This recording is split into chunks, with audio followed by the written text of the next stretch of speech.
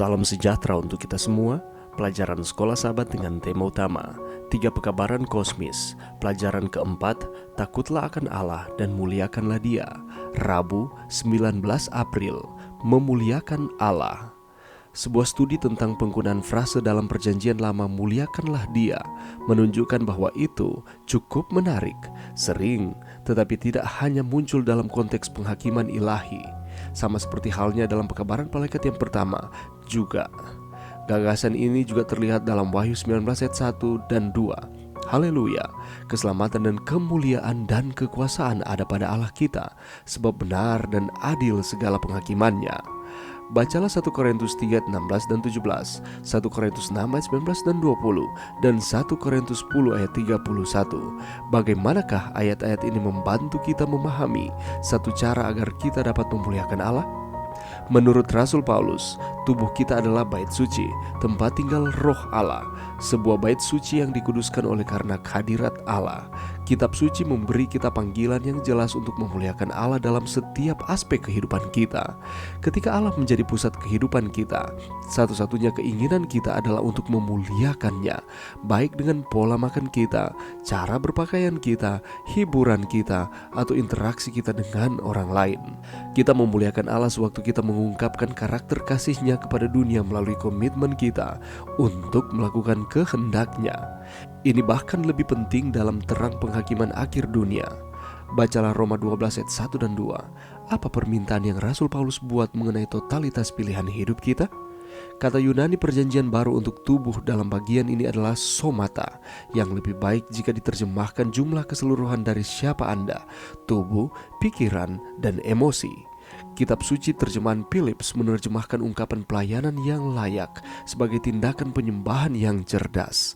Dengan kata lain, ketika Anda membuat komitmen total untuk takut akan Tuhan dan muliakanlah Dia dalam setiap hal yang Anda lakukan, berikanlah pikiran Anda, tubuh Anda, dan emosi Anda kepadanya. Ini adalah tindakan penyembahan yang cerdas. Dan juga dalam terang penghakiman Tuhan, ketaatan adalah ide yang baik. Pikirkan tentang apa yang Anda lakukan dengan tubuh Anda. Apakah yang dapat Anda lakukan untuk memastikan bahwa Anda sesungguhnya memuliakan Allah melalui tubuh Anda? Pelajaran yang bisa kita dapatkan pada saat ini, 1 Korintus 6 ayat 20 mengatakan, sebab kamu telah dibeli dan harganya telah lunas dibayar, karena itu muliakanlah Allah dengan tubuhmu.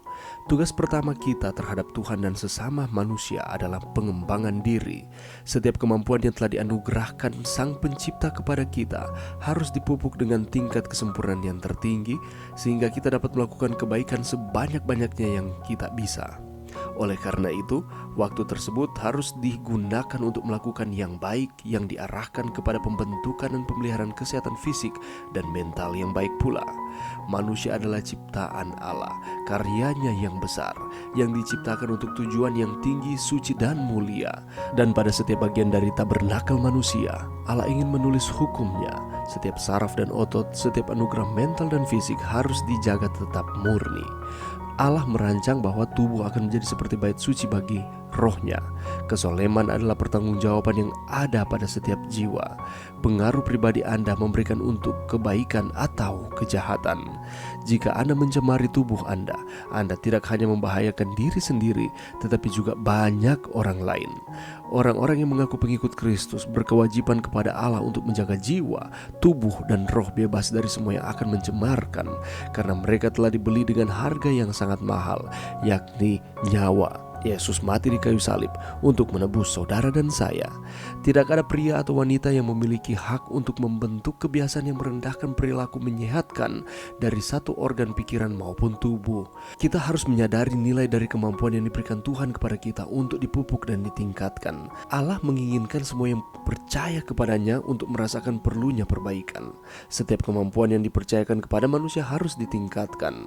Tidak ada satu karunia pun yang harus diabaikan. Sebagai pengusaha dan pembangun, yakni Allah itu sendiri, manusia berada di bawah pengawasannya dalam setiap perkataan, dan semakin baik ia berkenan dengan penciptanya, semakin sakral kehidupan dalam pemikirannya. Kita dapat temukan ini di dalam buku Menjadi Putra dan Putri Allah. Itulah sebabnya sebagaimana Rasul Paulus menyatakan bahwa tubuh kita adalah bait suci, yakni tempat tinggal roh Allah. Sebuah bait suci yang dikuduskan oleh karena hadirat Allah. Kita harus menjaga akan tubuh kita. Kita harus memuliakan akan tubuh kita ini. Kitab suci memberi kita panggilan yang jelas untuk memuliakan Allah dalam setiap aspek kehidupan kita. Ketika Allah menjadi pusat kehidupan kita, satu-satunya keinginan kita adalah untuk memuliakannya, baik dengan pola makan kita, cara berpakaian kita, hiburan kita, atau interaksi kita dengan orang lain. Kita memuliakan Allah sewaktu kita mengungkapkan karakter kasih-Nya kepada dunia melalui komitmen kita untuk melakukan kehendak-Nya. Ini bahkan lebih penting dalam terang penghakiman akhir dunia. Jadi kita harus memuliakan Tuhan di dalam setiap aspek kehidupan kita, yakni berikanlah pikiran, tubuh, dan emosi kita hanya kepada Tuhan. Dan ini adalah tindakan penyembahan yang cerdas yang diinginkan Allah untuk kita lakukan. Allah telah melakukan segala sesuatu bagi kita. Itulah sebabnya tidak ada alasan bagi kita untuk tidak memuliakan Tuhan di dalam setiap kehidupan kita.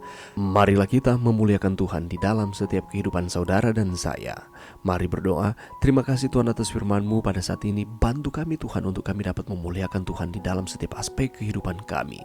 Ini doa kami di dalam nama Yesus Kristus. Amin.